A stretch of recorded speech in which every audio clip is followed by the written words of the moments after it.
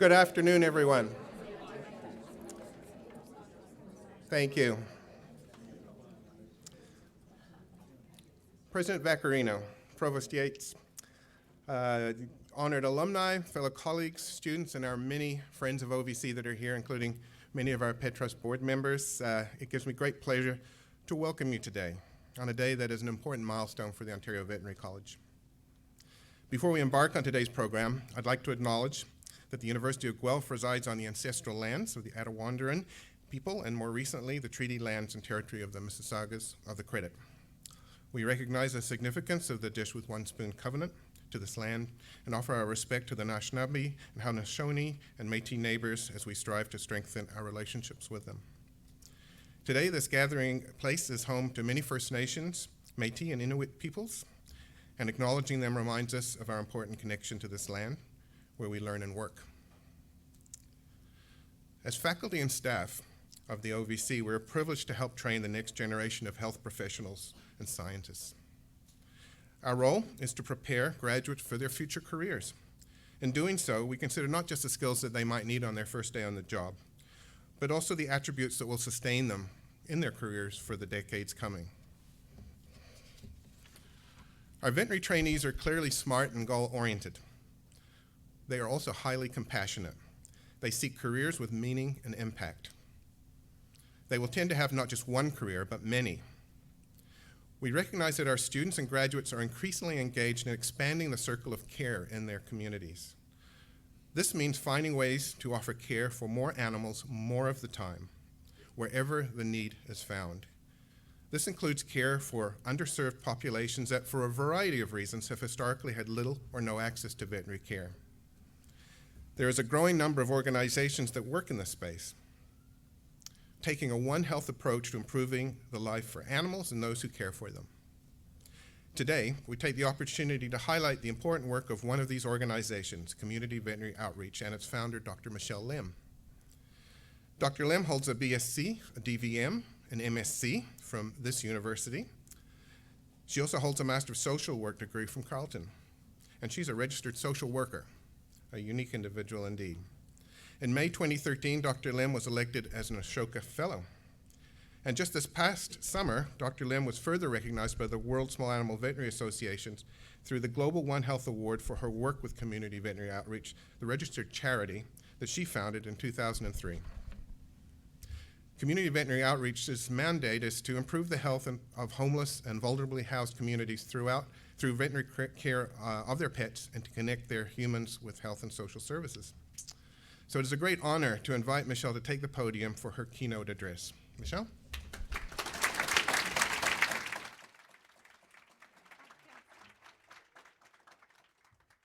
Thanks, everyone. So nice to be back here among friends, colleagues, peers, new friends. I, like many of you, can't remember a time when I didn't want to be a veterinarian.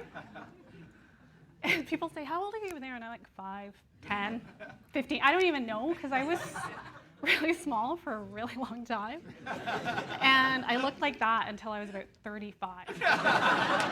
Then I had my kids, right? The gray happens. I think like most of us, we are drawn to this profession because of this deep love of animals, right? We have this strong desire to want to provide care for them. And some of us are drawn to veterinary medicine for different reasons. So that being said, not entirely untrue, we can all acknowledge. My time here at OVC was wonderful. I have great memories. I have classmates that are here today, which is thrilling for me just to share this with them. Dr. Jason Coe, you might be able to recognize him here. A young Dr. Coe, trumpeting a cow. I received a wonderful education here. I felt confident and competent in leaving this institution to go out into the world and practice veterinary medicine. But when I started doing outreach, it was a different kind of education. This is a picture that was taken in Ottawa at one of our outreach clinics. And for those of you that don't know about the work that I do, I serve and our community, including Shane and some of our wonderful students who are here and our regional directors across Canada and the US, serve a population who experience homelessness and housing vulnerability. Now, our clients live with many challenges that they've had, some since childhood, some intergenerational, some struggle with severe mental illness, some struggle with substance use, some struggle with trauma, debilitating accidents.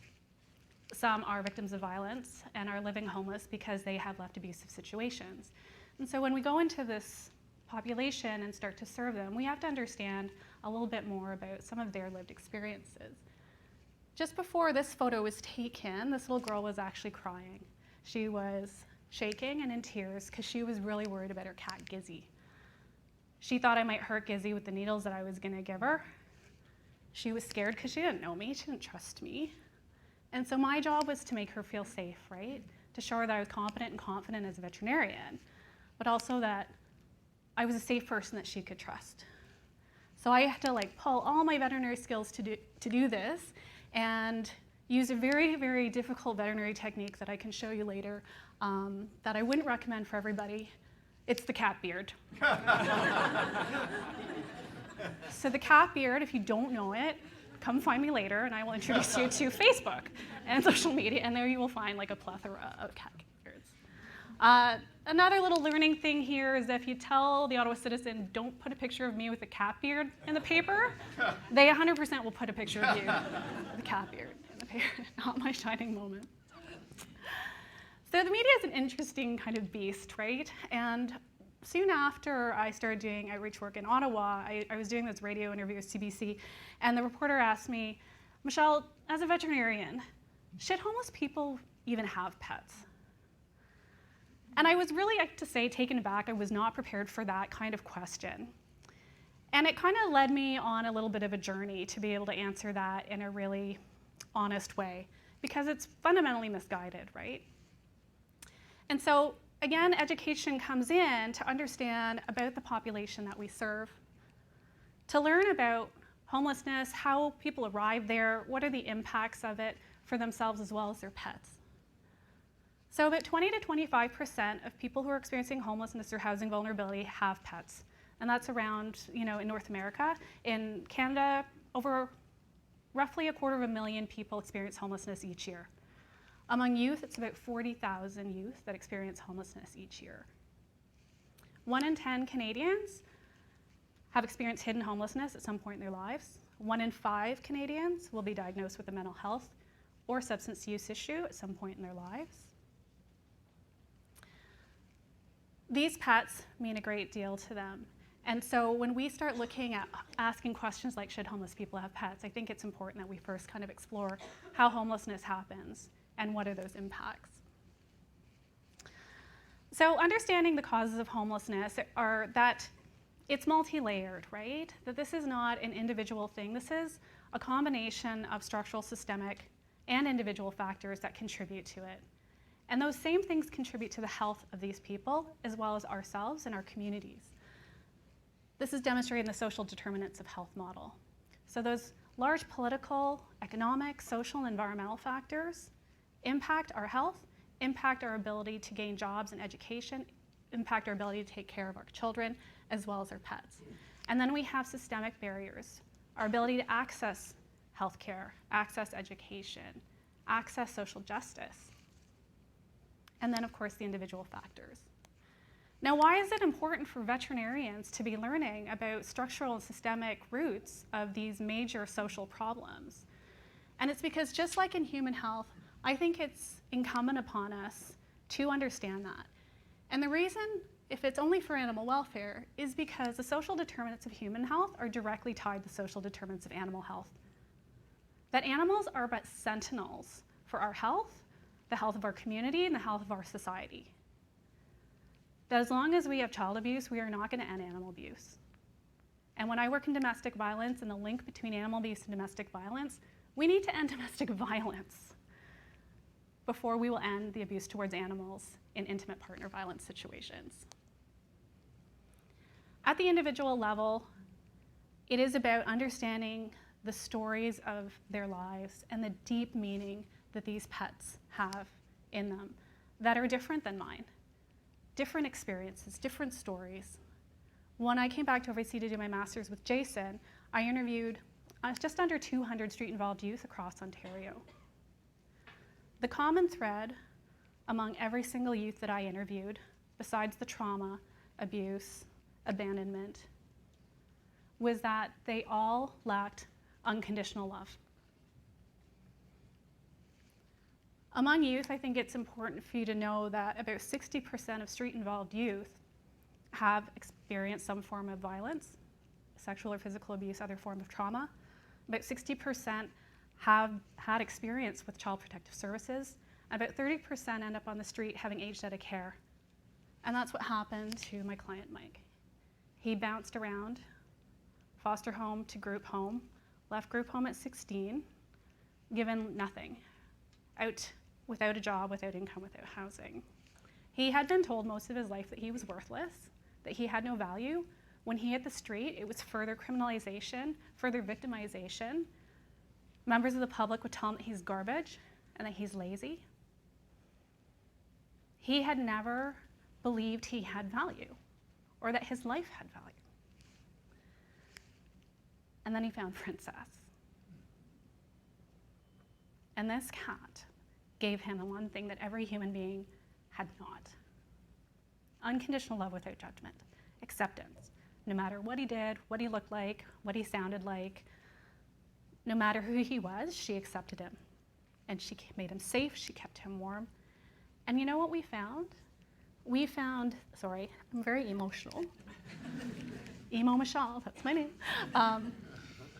We found that youth will make better choices for themselves because of their pets.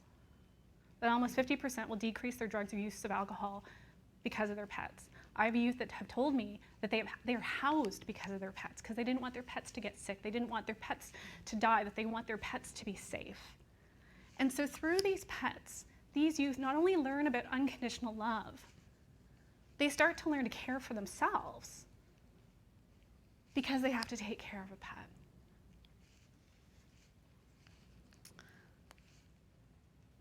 The community became my classroom. As wonderful as an education I got here, the community was another way of me learning about the impacts of the human-animal bond.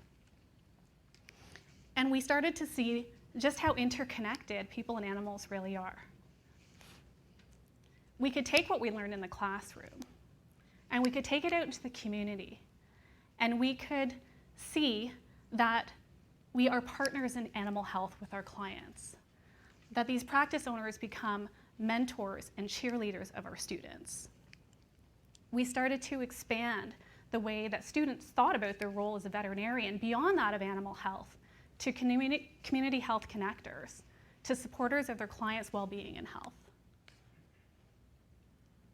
They're learning how to work within interdisciplinary teams of other health workers, including nurse practitioners like Nicole, peer workers like Jen, pharmacists like Mark. This is Dr. Lara Plass. She is our director down in Kansas City for community outreach. She came to us as a student from Tufts, and she's now leading that program in the US. Our volunteers, our regional directors, our students are seeing that we can impact more than just animal health and welfare. We can actually improve the health of people who are most vulnerable in our community through community collaboration, through community partnerships, through having shared goals and values.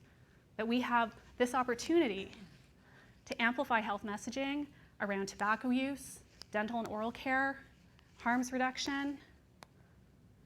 And in the process, we are creating leaders and change makers. This is Dr. Dor Lung. She is a OVC 2012 graduate. She participated in one of our first outreach clinics here in Hamilton in 2011. She, and along with Kelsey, who is a registered nurse and was also a student volunteer, have been leading our program out in Vancouver and Kelowna, making immense differences in the downtown east side, where most of our clients there who come to our events, that their only access for human care is actually through the vet clinic. The impact that accessible veterinary care can have is beyond what I ever thought it would be. This is a dog that came into one of our clinics in Toronto. Dr. Chip may even remember this case. This dog was accompanied by not only his siblings, but their parents and their grandmother. And this is really not unusual. We have generations of families that accompany one dog to the vet clinic because that's how important that dog is to that family. When we work with students and we work with community health partners, we are showing them that the impact of one dog getting vet care, in this case, equaled 4 people getting a flu shot and a pneumonia shot. And students start to see this interconnectedness as part of their ability, part of their responsibility, part of public health, and beyond animal health and welfare. This is another OBC grad at one of our clinics in Ottawa. This is a student from the University of Missouri. And this is a quote from one of the students who participated. It's been eye-opening. I've learned so much, mostly about myself. I identified personal biases and broke most of them. I realized how the well-being of both animals and owners are intertwined. And I learned that a little giving, even just your time, can go a long way. Now, isn't that one of the biggest roles of education? To challenge personal biases and assumptions and perceptions. And they're doing that through helping community members, through engaging through their profession, through working in interdisciplinary health teams. The last story I want to share with you is about one of my greatest teachers, and I gotta say, I have a lot of teachers in the room today. So, you're great, you're all great. It's not your picture though. Super sorry. You're great, love you guys. Amazing, like, honestly. So, this is Zoe. I think Dr. Chip might remember Zoe as well. So Zoe and her mom came to one of our clinics in Toronto, and they had 2 dogs. This is Nate, and I think you can tell just from this photo how attached she is to her dogs. So while her dogs are being examined and vaccinated, she's there saying, it's gonna be okay, don't worry, you know, they're my babies, and she's comforting them, telling them it's all gonna be okay. At one point in the exam, her mom leaned forward and she said to the veterinarian, I'm really worried about the dogs and Zoe. And she shared that her and Zoe were being evicted from their apartment and that they were gonna have to get rid of their dogs and that they were gonna be homeless in a couple days. Zoe's dad had been in hospital with terminal illness for several months. He was the primary income earner, and without his income, they were without any ability to keep housing. We are very lucky to work with incredible agencies like the Yonge Street Mission. And one of their, the director of relief support at the time, whose name is Janice, she just jumped into action, right? We learn of this situation. She gets on the phone to the family shelter. She secures them a spot in the family shelter. Our incredible volunteers get on their phones, identify their networks of support, are able to find foster homes for these 2 dogs. A few weeks later, I'm back in Toronto. I'm talking to Janice, and I've thought about this family every single day since I left there. And I asked, how are they doing? Janice kind of put her head down and she said, well, really, unfortunately, her dad passed away. And I was pretty emotional because, you know, that's my thing. And she's like, no, Michelle, it's okay, because here's the glimmer of hope. I found out that they just got accepted into a subsidized housing unit, and they're actually on their way to pick up their dogs today. And so what Zoe taught me about the power of the human element bond, about the power of veterinary care, is that that bond and relationship was so important to this family that they came to this vet clinic in spite of their imminent challenges of being homeless, their father dying. They got care for their pet. That's what was important for them at that time. And because they came, we were able to intervene. We were able to support this family so that she didn't have to lose her home, her dad, and her dogs all at the same time. Education is not the filling of a pail, but rather the lighting of a fire. This is a quote from Yeats. And Zoe and many other clients like her have lit the fire under me to continue to do this work, and as Jason calls it, my life's work. I know that the challenges we talked about today, homelessness, poverty, domestic violence, these are huge. I get it. And sometimes I think we are overwhelmed by what can I possibly do? What can one profession do? How can I as a veterinarian make a difference? How do I make change? I'm just a veterinarian. But what I know is that we don't do it alone. What I know is that we work with like-minded organizations and people with similar values. And what I know and what I've witnessed and what I've experienced is social change that happens from everyday actions and interactions. It's how we treat people, it's how we speak to each other. This is what social change is. And so I just want to leave you with a video that we did at one of our outreach clinics in Ottawa. And we asked our veterinary volunteers, our students, social workers, community members, and clients, what are some everyday things that you can do to end domestic violence? So I'm going to play that for you now. Thank you.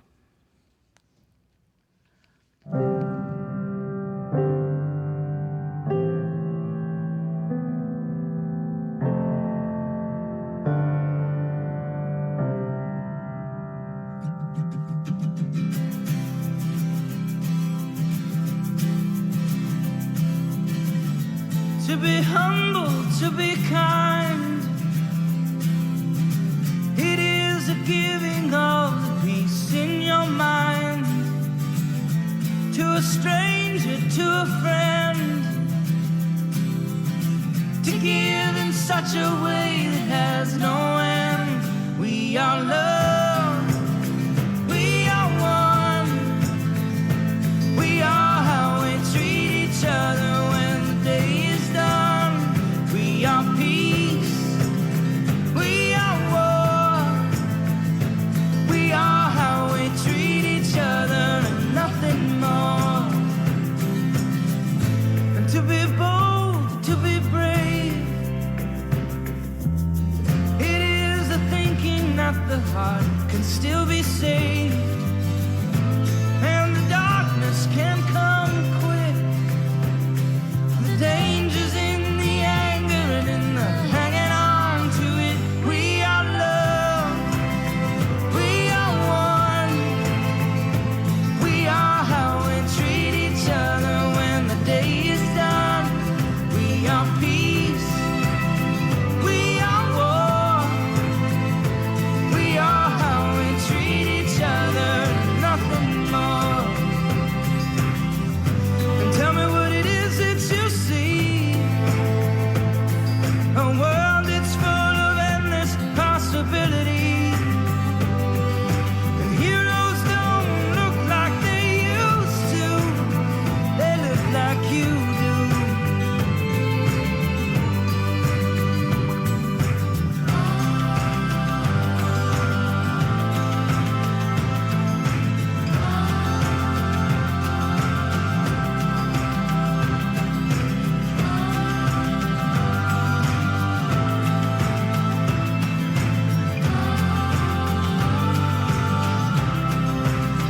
We are love.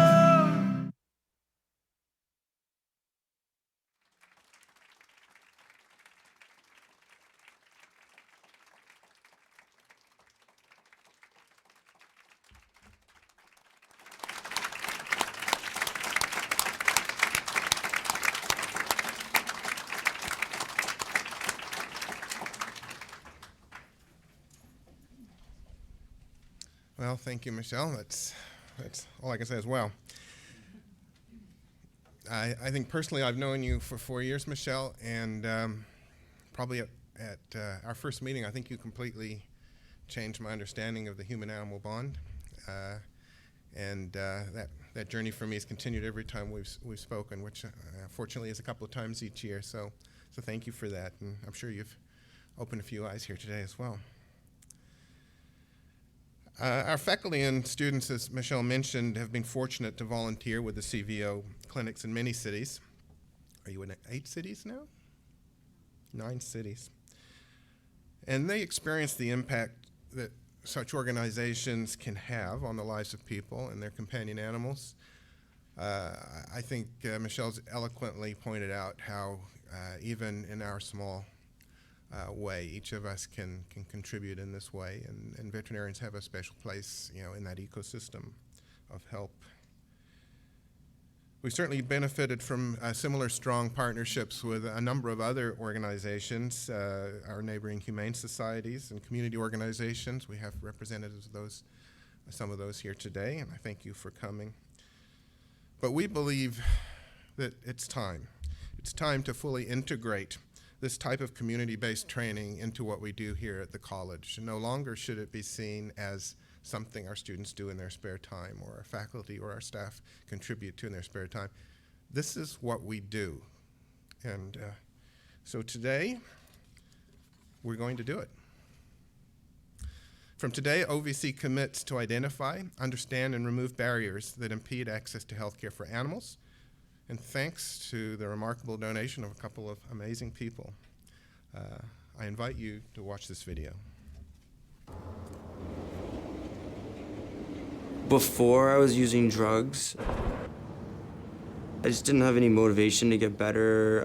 It wasn't, I don't know, it just wasn't a goal of mine at the time. And then I met Bentley. Then he gave me motivation, he got me out of the house, he always kept a smile on my face, and he cuddles with me at night. Veterinary medicine, I think, is very focused currently on supporting, the usual clientele that we have, but we've sort of neglected a whole segment of our community and of the population who, in some ways, depend on that human-animal bond even more so than sort of the average citizen does. We see vulnerable populations of pets, and indeed their owners, every day. We see it on the street, we see it in rural communities, we see it in our neighborhood. Previously, I was homeless. I couldn't afford anything. That's what made me almost not want to get the dog, because I was like, I'm gonna be a bad owner. All I have is time for him.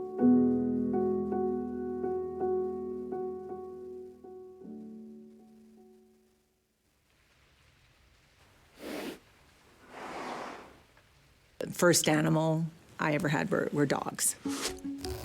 My first horse came, I guess I was about 8. I've always loved being with the horses, and I've loved, just being in the barn with them and working with them and everything. It was always like that, even as a child. The rescues, most of them came when we bought our farm. That was over 30 years ago. There'd be like 5 dogs and 9 cats in the house. Some dogs just came up our lane and they were just lost, and I was able to find their owners.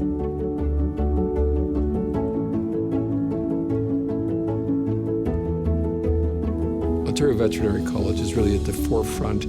Latest advances in research, latest advances in teaching, but ultimately this is about making this knowledge actionable and connecting this knowledge with the community.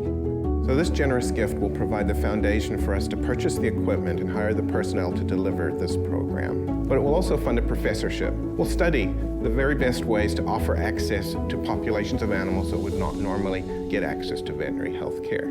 The University of Guelph is all about connecting communities.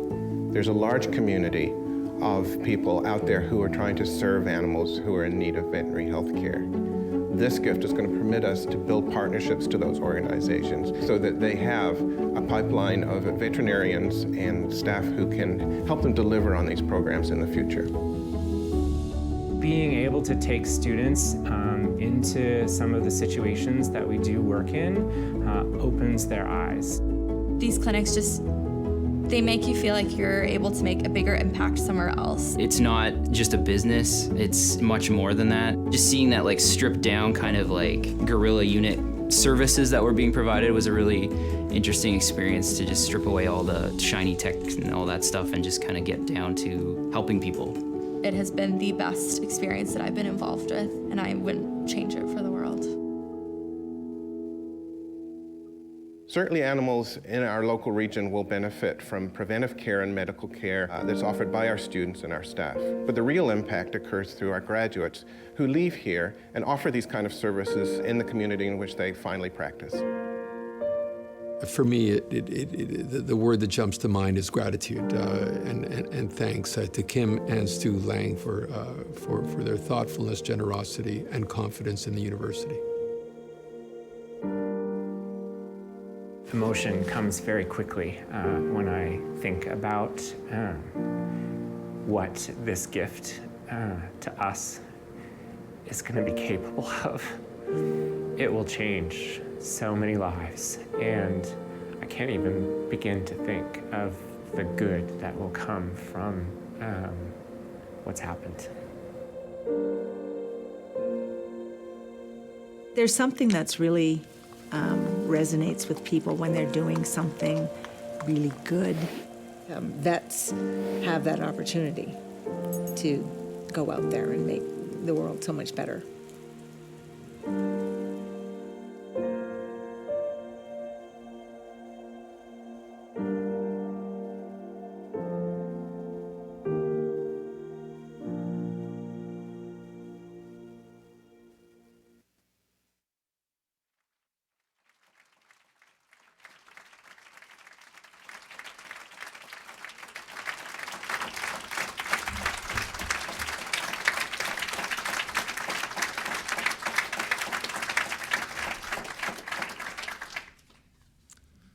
Well, thank you, Kim and Stu. What an honor it is as Dean to help steward this transformational gift and turn it into the good that we've seen here today that's possible. It really is indeed the largest single donation in our entire 157-year history of the college. So please, once again, thank Kim and Stu.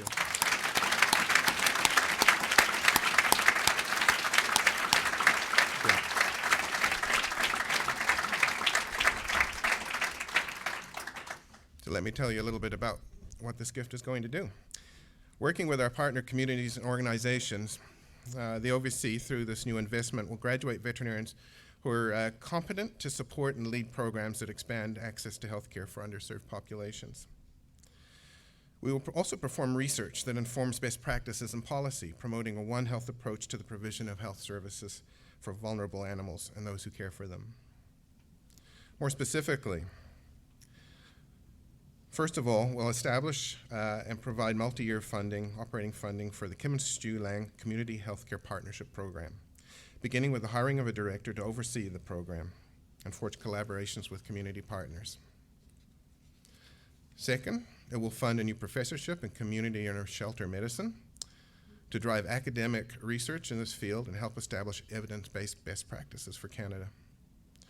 Third, it will provide funding for postgraduate training to support the future community of community medicine, including supporting Doctor of Veterinary Science students and interns. Fourth, the donation invests in animal models, simulations, and other advanced learning technologies to provide best-in-class clinical skills and training, ensuring that our students are competent and confident as they engage in their first community-based learning experiences out in the field. Fifth, it will expand and enhance the existing OVC spay-neuter facilities to further support our community partnerships, benefiting our local and regional shelters and improving the student experience. And finally, it will launch Remy's Fund.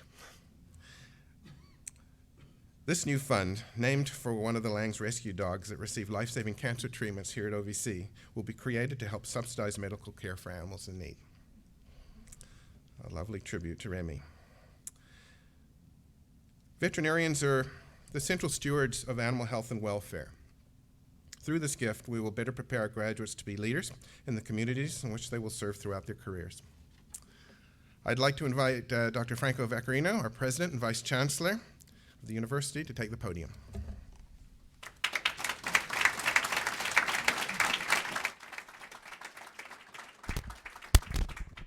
Well, thank you very much, Jeff. Wow, what a day. Thank you, Jeff. Thank you, Michelle, for that amazing speech and just a reminder of what's at the core of the onion and the layers of what we do. And at the core of it, at the end, is so much about our common humanity and our connectivity with our animals. I'm going to come to you, Stu and Kim, in just a moment. But I do want to say again, thanks to all of you for coming here today and for helping to celebrate this extraordinary announcement.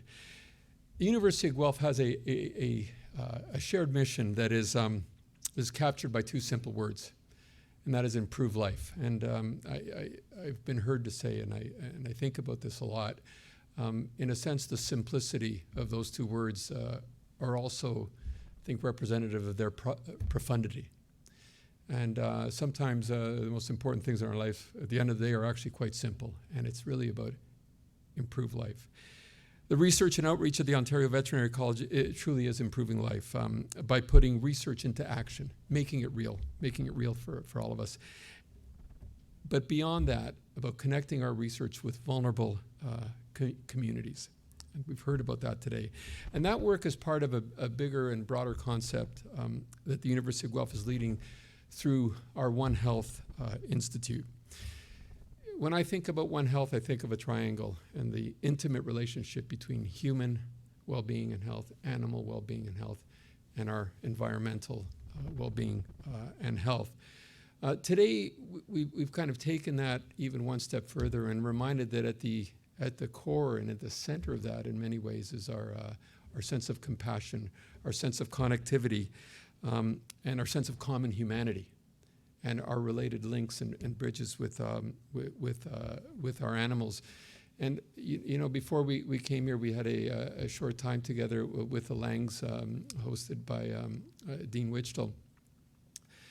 And you know, one of the points we were making is that if you think about the amazing science that goes on in the OVC and in the broader university, the high-tech science, I mean, this will continue our march forward, our biomedical work, our technological work. It will continue its march forward. It's part of the I guess the exploratory side of the human spirit. We will discover, we will break new ground.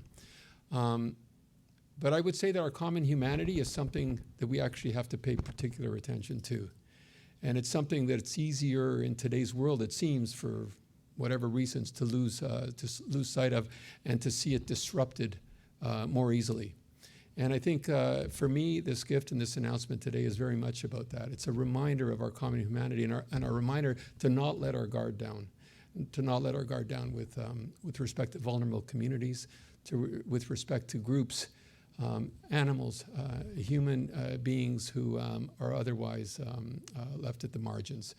And that is something that although we march forward, I think it requires special attention. And again, that's what today is about. You know, when you think about One Health, whether it's heading off to the next global pandemic, overcoming antimicrobial resistance, assessing climate change impacts on human and animal well-being and health, or even improving food security in Canada's north, and today, going beyond that and really reminding us of the social primacy of what One Health is all about. Our One Health researchers are exploring and solving some of humanity's most pressing problems, and I would suggest that as much as we have, and I've spent a good part of my life in the science, heavy science world in my own area, I would actually say that the biggest pressing questions for us in the future are actually questions that are linked to the humanities and the social sciences. They're fundamental questions of our humanity, improving life around the world. This research, at the end of the day, is brought to life by people. We can plan, we do all sorts of things. We'll walk into any of our offices, see stacks of paper. But at the end of the day, it's about people. Our faculty who drive innovation and inspire learning, our dedicated students, amazing students that we have in this university, and our friends and our donors who believe and support what we do. Each of those groups, without them, all of these great ideas that we would have would not come to life. And I have to say that in my role as president, one of the amazing things in my role is just the good fortune that I have had of crossing paths with some absolutely amazing people whose impact and foresight has been at the highest levels and who are exemplars of our common humanity. And two of these individuals are in this room today. And they're the kind of people, philanthropic champions, people that in my position dream of connecting with and of meeting. Kim and Stu, what can I say? Thank you. In many ways, the simplicity of our language doesn't capture the depth of the feelings, but thank you for your vision. the courage and the kindness of spirit that is reflected in this gift. And I think I can speak for everyone here today that your generosity has allowed us to reach for the stars. It truly has. And we thank you for all you do, all your support for animal health and welfare. And thank you also for your continued friendship and your lasting support here at the University of Guelph. Thank you so much.